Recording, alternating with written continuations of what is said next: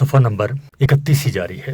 موجودہ تعلیم کی قباحتیں یعنی نقائص۔ جدید نظام تعلیم کے بارے میں اکبر آلابادی کا کہنا ہے، رنگ چہرے کا تو کالج نے بھی رکھا قائم، رنگ مذہب میں مگر باپ سے بیٹا نہ ملا۔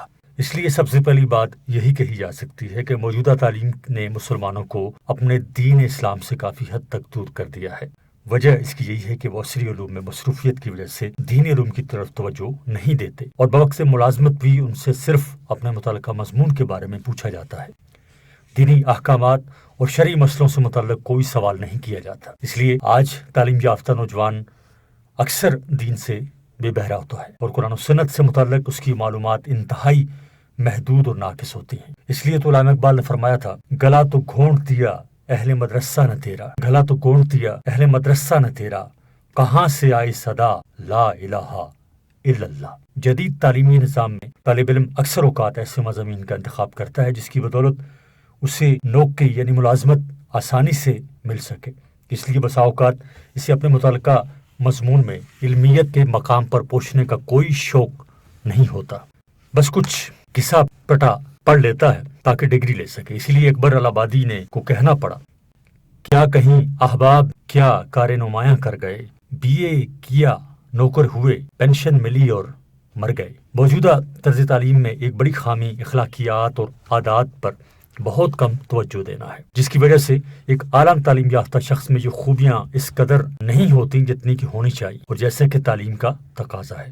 ایک اور بڑی خرابی مخلوط تعلیمی نظام ہے جس کی وجہ سے معاشرے پر منفی اثرات مرتب ہو رہے ہیں، اگرچہ اس کو جدیدیت سے تعبیر کیا جاتا ہے۔ اقبال کہتے ہیں، جس علم کی تاثر سے زن ہوتی ہے نازن، جس علم کی تاثر سے زن ہوتی ہے نازن، کہتے ہیں اسی علم کو رباب نظر موت۔ اصل تعلیم وہی ہے جو کبھی بھی انسان کے اپنے مذہب، رسم و رواج اور روایات کے سانچے میں ڈھلا ہوا ہو، تب جا کر وہ کسی مخصوص معاشرے کے لیے فائدہ مند ثابت ہو سکتی ہے، ورنہ بقول اقبال لڑکیاں پڑھ رہی ہیں انگریزی، قوم نے ڈھونڈی فلاح کی راہ، یہ ڈرامہ دکھائے گا کیا سین، پردہ اٹھنے کی منتظر ہے نگاہ۔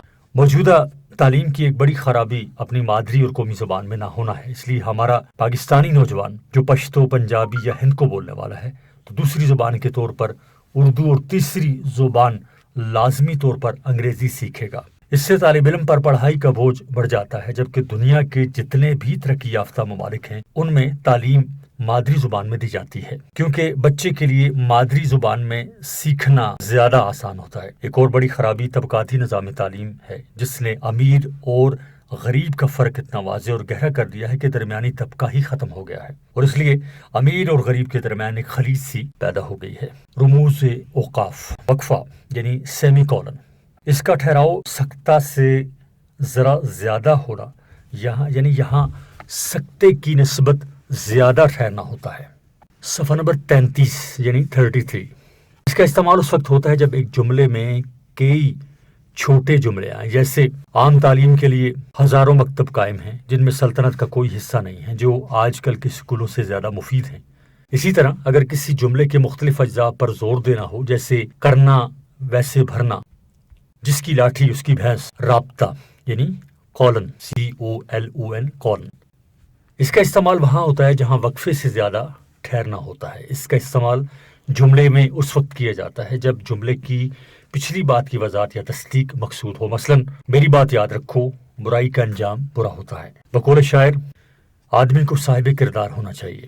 تفصیلیہ یعنی کولن اینڈ ڈیش، یہ لفظ تفصیل سے نکلا ہے، جب کسی بات کی تفصیلات بتانی ہوں یا فہرست لکھنی ہو یا پھر تشریح کرنا مقصود ہو تو یہ علامت لگائی جاتی ہے۔ مثلا کتب بینی کے فوائد حسب ذیل ہیں۔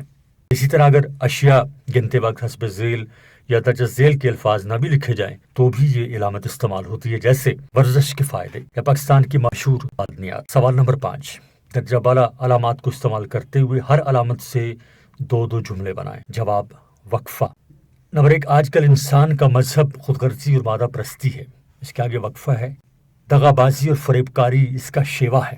2، نیکی کر، آگے وقفہ ہے تھوڑا سا، پھر ہے یعنی ایک کاما سے ہے اور پھر ایک نیچے چھوٹا سا ایک ڈاٹ ہے اور اس کے اوپر کاما ہے، یہ وقفہ سے کہتے ہیں۔ نیکی کر، وقفہ دریا میں ڈال۔ اگلی رابطہ، رابطہ سے آگے 2 نقطے ہوتے ہیں۔ نمبر 1، ہماری تو ایک ہی رائے ہے، 2 نقطے آگے یعنی رابطہ۔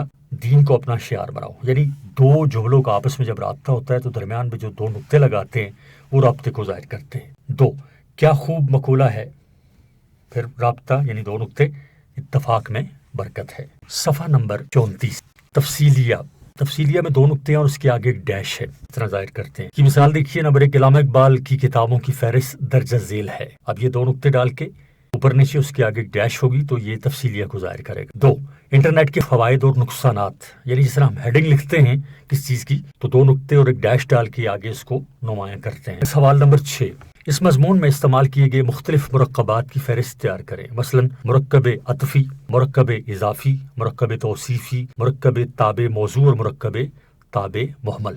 جواب نمبر 1، مرکب عطفی، تصنیف و تالیف، تعلیم و تعلم، سند و روایت، وسیع اور مرتب، فلسفہ و منطق، کسر و ایوان، ماہرین و مجتہدین، علوم و فنون، شہر بلکہ گاؤں، یہ سارے کیا ہیں جی مرکب عطفی۔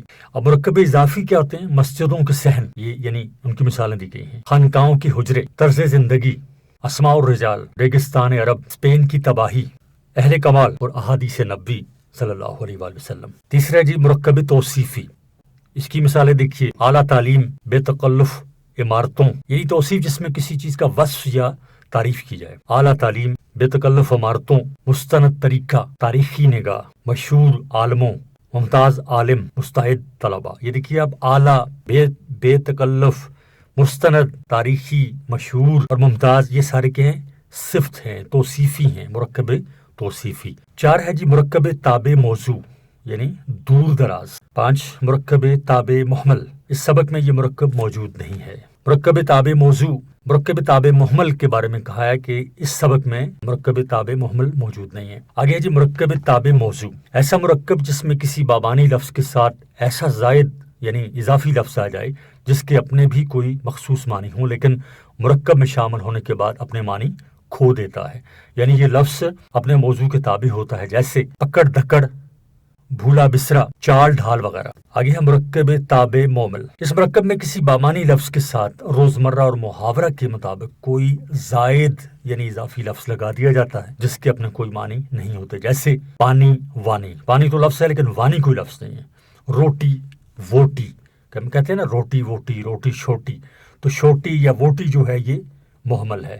بات، وات وغیرہ، ان مرکبات میں وانی، ووٹی اور وات محمل ہیں، یعنی جن کے کوئی معنی نہیں ہوتے۔ نوٹ، باقی مرکبات کی تعریف حصہ گرامر میں ملاحظہ کریں۔ صفحہ نمبر 35، سقراط یعنی سوکریٹس، اور اس کے مصنف ہیں اس مضمون کے مہدی آفادی۔ سب سے پہلے فرہنگ دیکھتے ہیں ہم اس سبق کی، یعنی مشکل الفاظ کے معنی۔ لفظ ہے بت تراش، معنی ہے اس کا بت بنانے کا کاریگر یا ماہر۔ وحید اثر، اس کا معنی ہے لاسانی، بے مثل، جس کا اپنے زمانے میں کوئی جوڑ نہ ہو۔ سونے پہ سہاگا، اس کا معنی ہے خوبی پر خوبی یعنی بڑی خوبی۔ وضع، اس کا معنی ہے شکل و صورت یا طور طریقہ۔ فلسفیانہ نکتہ سنجیاں، اس کا معنی ہے فلسفے یا غور و فکر کی باریک باتیں یا انوکھے خیالات۔ حجو، اس کا معنی ہے برائی یا بدگوئی۔ انحراف، اس کا معنی ہے سرکشی، بغاوت، منہ موڑنا یا نہ ماننا۔ گردن زدنی، اس کا معنی ہے قتل کیے جانے کے قابل یا لائق مرگ یا مارے جانے کے لائق۔ اگلا لفظ ہے استقلال، اس کا معنی ہے مستقل یا مستقل مزاج یا صبر و تحمل۔ اگلا لفظ ہے خمیازہ، اس کا مطلب ہے پاداش یا سزا یا بدلہ یا پرانے زمانے کی ایک سخت سزا جس میں اعضاء کو شکنجے میں دے کر کھینچا جاتا تھا۔ بدمزاج معنی تند خو یا غصے والا یا چڑچڑا۔ خوگر، اس کا معنی ہے عادت یا عادی۔ رائگاں کا معنی ہے فضول، بیکار یا ضائع۔ اکتساب علم، اس کا مطلب ہے وہ علم جو ذاتی محنت سے حاصل ہو۔ کتب بینی یعنی مطالعہ کتاب یا کتابیں پڑھنا۔ واجب الرحم یعنی رحم کے قابل یا لائق۔ مربی یعنی تربیت دینے والا، استاد، سرپرست یا مہربان۔ عالی ظرف یعنی بلند حوصلہ یا بڑے صبر و تحمل والا۔ صفحہ نمبر 36، اگلا لفظ ہے جی کانشنس، کانشنس یعنی ضمیر۔ جنون یعنی پاگل پن یا دیوانگی۔ چپتی ہوئی بات یعنی کھری بات، یہ صاف بات۔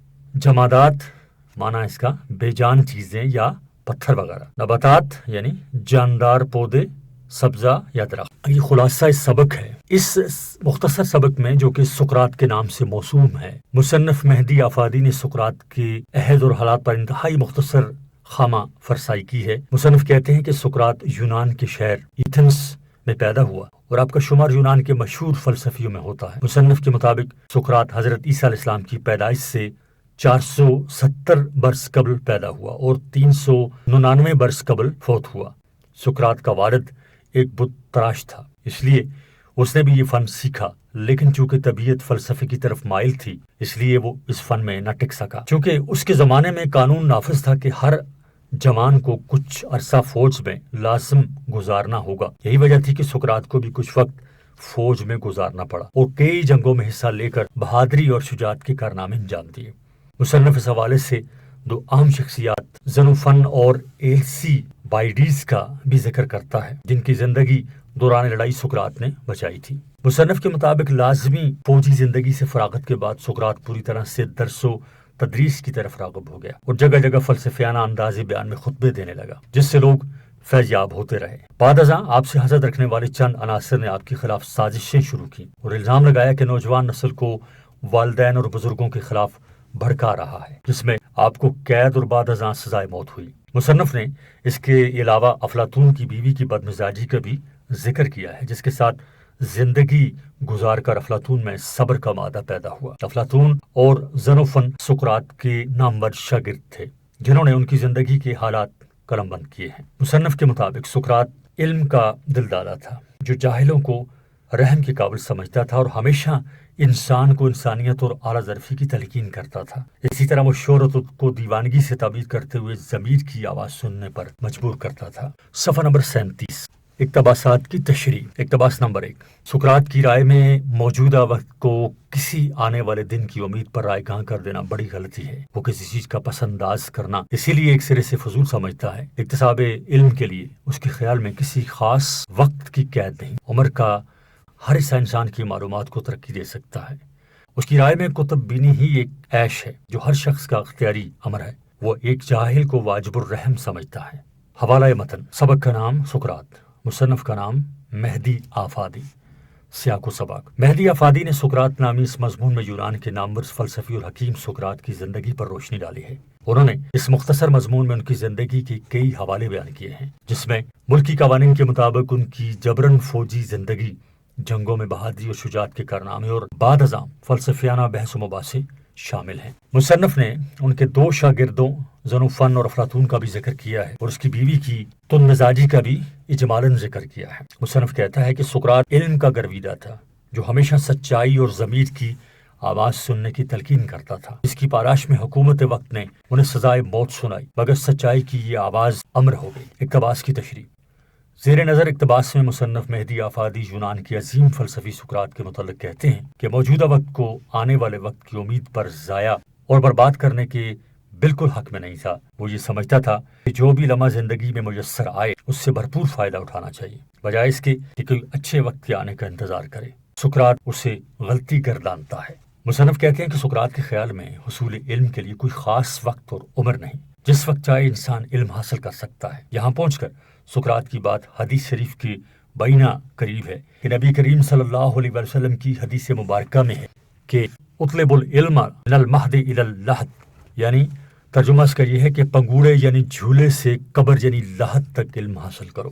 صفحہ نمبر 38۔ سقراط ذاتی محنت سے حاصل ہونے والے علم کو ترجیح دیتا ہے۔ اس کے خیال میں انسان عمر کے مختلف حصوں میں بہت کچھ سیکھتا ہے کیونکہ زندگی کے تجربات اسے بہت کچھ سکھا دیتے ہیں۔ اسی طرح وہ اپنی کوشش اور لگن سے بھی کافی حد تک علم حاصل کر سکتا ہے۔ ان کے خیال میں مطالعہ کتب کسی عیش سے کم نہیں جو ہر انسان کے اختیار میں ہے۔ اسی طرح مصنف کے مطابق سقراط ایسے لوگوں کو رحم کے قابل سمجھتا ہے جو جاہل ہیں، کیونکہ جاہل نہ اپنے بارے میں کچھ جانتا ہے نہ کائنات کے بارے میں، اس لیے جب وہ کچھ جانتا ہی نہیں تو عمل کیا کرے گا۔ اب اس سبق کے مشقی سوالات کا حل۔ سوال نمبر 1، مختصر جواب تحریر کریں۔ الف، سقراط کے مخالفین نے ان پر کیا الزامات لگائے؟ جواب، سقراط کے مخالفین نے ان پر الزامات لگائے کہ سقراط ایتھنس کے نوجوانوں کے اخلاق تباہ کر رہا ہے، وہ وطن سے بغاوت کر رہا ہے، نیز وہ نوجوانوں کو ان کے والدین کی اطاعت سے روک رہا ہے۔ بے، سقراط کے لیے کیا سزا تجویز کی گئی؟ جواب، یونان میں اس وقت سزائے موت کے لیے زہر پلایا جاتا تھا، اس لیے سقراط کو بھی سزائے موت میں زہر کا پیالہ پلایا گیا۔ آگے سوال ہے کہ سقراط کو فوج میں کیوں بھرتی ہونا پڑا؟ جواب: سقراط کے زمانے میں چونکہ یونان میں ہر جوان کو فوج میں عمر کا کچھ حصہ گزارنا لازمی تھا، اس لیے سقراط کو بھی فوج میں بھرتی ہونا پڑا۔ سوال ہے سقراط کے شاگردوں کے نام لکھیں۔ جواب ہے سقراط کے 2 اہم شاگردوں کے نام زنوفن اور افلاطون ہیں۔ سوال: سقراط کی تعلیمات کا خلاصہ اپنے الفاظ میں لکھیں۔ جواب: سقراط کی تعلیمات پابندی مذہب اور اچھے اخلاق پر مبنی ہیں۔ ان کے خیال میں وہ شخص شرافت کے درجے سے پست ہے جو غیبت کرتا ہے۔ سقراط کے نزدیک ایک جاہل شخص رحم کے قابل ہے، مگر اس کا بد تہذیب استاد اس سے بھی زیادہ رحم کا مستحق ہے۔ اس کے علاوہ اسے نمود و نمائش سے کوئی غرض نہیں تھی۔ وہ انسان کو اپنے ضمیر کے مطابق عمل کرنے کی تلقین کرتا ہے اور وہ والدین کا صرف جائز حکم ماننے کا کہتا ہے۔ اسی طرح اس کی تعلیمات اسلام کے بہت قریب ہیں۔ صفحہ نمبر 39۔ اگلا سوال ہے سقراط نے کتنے برس کی عمر پائی؟ جواب: سقراط حضرت عیسیٰ علیہ السلام سے 470 برس پہلے پیدا ہوا اور 399 برس قبل وفات پائی۔ اس حساب سے سقراط کی عمر تقریباً 71 برس بنتی ہے۔ سوال: خالی جگہ مناسب الفاظ سے پر کریں۔ سقراط کا باپ ایک ڈیش تھا، تو خالی جگہ ملے گا سنگ تراش تھا۔ سقراط کا باپ ایک سنگ تراش تھا۔ بے سقراط کے نزدیک کسی چیز کا ڈیش کرنا ایک فضول کام ہے۔ جواب اس کا یہ ہے کہ سقراط کے نزدیک کسی چیز کا پس انداز کرنا یعنی اس کو بچا کر رکھنا ایک فضول کام ہے۔ اگلا ہے جی داروغہ جیل نے سقراط کو ڈیش جانے کی ترغیب دی۔ اس ڈیش میں یہ لگے گا داروغہ جیل نے سقراط کو بھاگ جانے کی ترغیب دی۔ سقراط کی طبیعت نے تیزی کے ساتھ ڈیش کا اثر قبول کیا۔ یہ ہوگا سقراط کی طبیعت نے تیزی کے ساتھ فلسفہ کا اثر قبول کیا۔ اگلا ہے جی سقراط ایک ڈیش شخص کو واجب الرحم سمجھتا تھا۔ اس میں آئے گا سقراط ایک جاہل شخص کو واجب الرحم سمجھتا تھا۔ سوال نمبر 3، اس مضمون کا خلاصہ اپنے الفاظ میں لکھیں۔ جواب: خلاصہ سبق پہلے دیا گیا ہے، طلبہ وہاں پڑھ لیں۔ جو ابھی ہم نے خلاصہ پڑھا ہے یہی اس کا جواب ہے۔ سوال نمبر 4، درجہ ذیل الفاظ درست اعراب کے ساتھ لکھیں۔ لفظ ہے جمادات، اعراب اس پر لگیں گے جیم کے اوپر زیر، پھر میم کے اوپر زیر، پھر دال کے اوپر زیر اور پھر تے۔ جمادات۔ پیروی، اب پیروی کے اوپر جو لگیں گے وہ پے کے اوپر زبر ہوگی، واؤ کے نیچے زیر ہوگی اور پھر یہ پیروی۔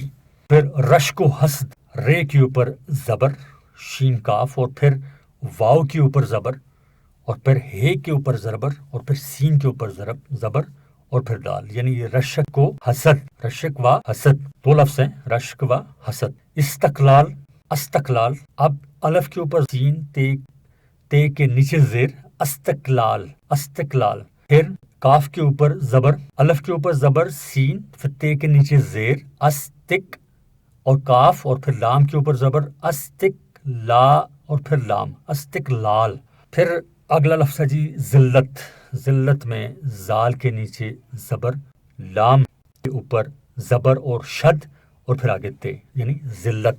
سوال نمبر 5، تحریک پاکستان کے کسی رہنما کی زندگی اور خدمات پر ایک مفصل نوٹ لکھیں۔ جواب: چودھری رحمت علی، تحریک پاکستان کے ایک سرکردہ رہنما۔ چودھری رحمت علی 16 نومبر 1897 کو مشرقی پنجاب کے ضلع ہوشیارپور کی تحصیل گڑھ شنکر کے گاؤں موہر میں پیدا ہوئے۔ ان کے والد کا نام حاجی چودھری شاہ محمد اور والدہ محترمہ کا نام بانو بی بی تھا۔ صفحہ نمبر 40۔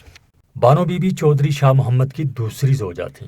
پہلی بیوی مائی دھلی تھی جن سے چودھری صاحب کی کوئی نرینہ یعنی ان کی کوئی بیٹا نہیں تھا، اولاد نہیں تھی۔ چودھری رحمت علی کے علاوہ بانو بی بی کے بطن سے ایک بیٹا چودھری محمد علی اور ایک بیٹی بھی تھی۔ بانو بی بی کی وفات کے بعد مائی دھلی نے رحمت علی اور محمد علی کی پرورش کی۔ رحمت علی اپنے بھائی محمد علی سے تقریباً 2 سال بڑے تھے۔ انہوں نے پرائمری کی تعلیم موزہ بلاچور یعنی ضلع ہوشیارپور سے حاصل کی۔ 1910 میں موزہ راہوں یعنی ضلع جالندھر سے مڈل اور 1912 میں جالندھر ہی کے سائیں داس سنسکرت ہائی اسکول سے میٹرک کا امتحان پاس کیا۔ ایف اے اور بی اے کے امتحانات اسلامیہ کالج لاہور پنجاب یونیورسٹی سے پاس کی۔ 1915 میں بزم شبلی کی بنیاد رکھی اور اس تنظیم کے پلیٹ فارم سے ایک مسلم ریاست کے قیام کا تصور پیش کیا۔ 1918 سے 1900 چیفس کالج لاہور میں اطالق یعنی استاد کے طور پر ملازمت کی۔ 1930 میں اعلیٰ تعلیم کے لیے انگلستان چلے گئے اور وہاں وکالت کی تعلیم حاصل کی۔ 28 جنوری 1933 میں ناؤ اور نیور پمفلٹ شائع کیا جس میں پہلی بار انہوں نے پاکستان کا مطالبہ کیا۔ آپ نے 1935 میں اپنی کتاب پاکستان پاک قوم کا آبائی وطن کا پہلا آڈیشن شائع کیا۔ چودھری صاحب کو زبانۂ طالب علمی میں شعر و شاعری سے بھی شغف رہا اور اپنے دیگر ساتھیوں کے ساتھ ساتھ علامہ محمد اقبال کی شعری مجلسوں میں شریک بھی ہوتے تھے۔ درج ذیل شعر چودھری صاحب سے منسوب ہے: نہیں منازل ہستی کی ظلمتوں کا خطر، تیری ضیاء سے ہے روشن میرا حریم وجود۔ چودھری رحمت علی تحریک آزادی کے ایک سرکردہ رہنما ہونے کے ساتھ ساتھ تاریخ میں اس حوالے سے بھی ایک اہم شخصیت ہیں کہ ان کو اپنے پمفلٹ میں پہلی بار ہندوستان میں 5 صوبوں پنجاب، آزاد سرحدی صوبہ کشمیر، سندھ اور بلوچستان کے لیے پاکستان کا نام تجویز کرنے کا اعزاز حاصل ہے۔ نثار احمد کسانہ نے اپنی کتاب مطالبہ پاکستان اور چودھری رحمت علی میں لکھا ہے کہ چودھری رحمت علی نے پنجاب میں آزاد سرحدی صوبہ سے کشمیر سے، چودھری رحمت علی نے پنجاب میں پے، آزاد سرحدی صوبہ سے الف، کشمیر سے قاف، سندھ سے سین اور بلوچستان کے آخری حروف تان کو ملا کر پاکستان کا نام تخلیق کیا ہوگا۔ چودھری صاحب نے تحریک آزادی کے ضمن میں کئی تجاویز مسلم لیگ کی رہنماؤں کے سامنے رکھی۔ صفحہ نمبر 41۔ انہوں نے پہلی گول میز کانفرنس کے موقع پر تقسیم ہند کی تجویز پیش کی تھی۔ انہوں نے تینوں گول میز کانفرنسوں میں شرکت کی اور ایک الگ ریاست کے حوالے سے اپنا موقف واضح کیا۔ تیسری گول میز کانفرنس کے دنوں میں ہی چودھری صاحب نے اپنا پمفلٹ ناؤ اور نیور تقسیم کیا تھا، جس میں پاکستان سے متعلق انہوں نے اپنا نقطۂ نظر اور موقف کھل کر بیان کیا تھا۔ ایسی عظیم فلسفیانہ شخصیت پر اگر سیر حاصل گفتگو ہوتی تو کافی حد تک معلومات میں اضافہ ہو سکتا تھا۔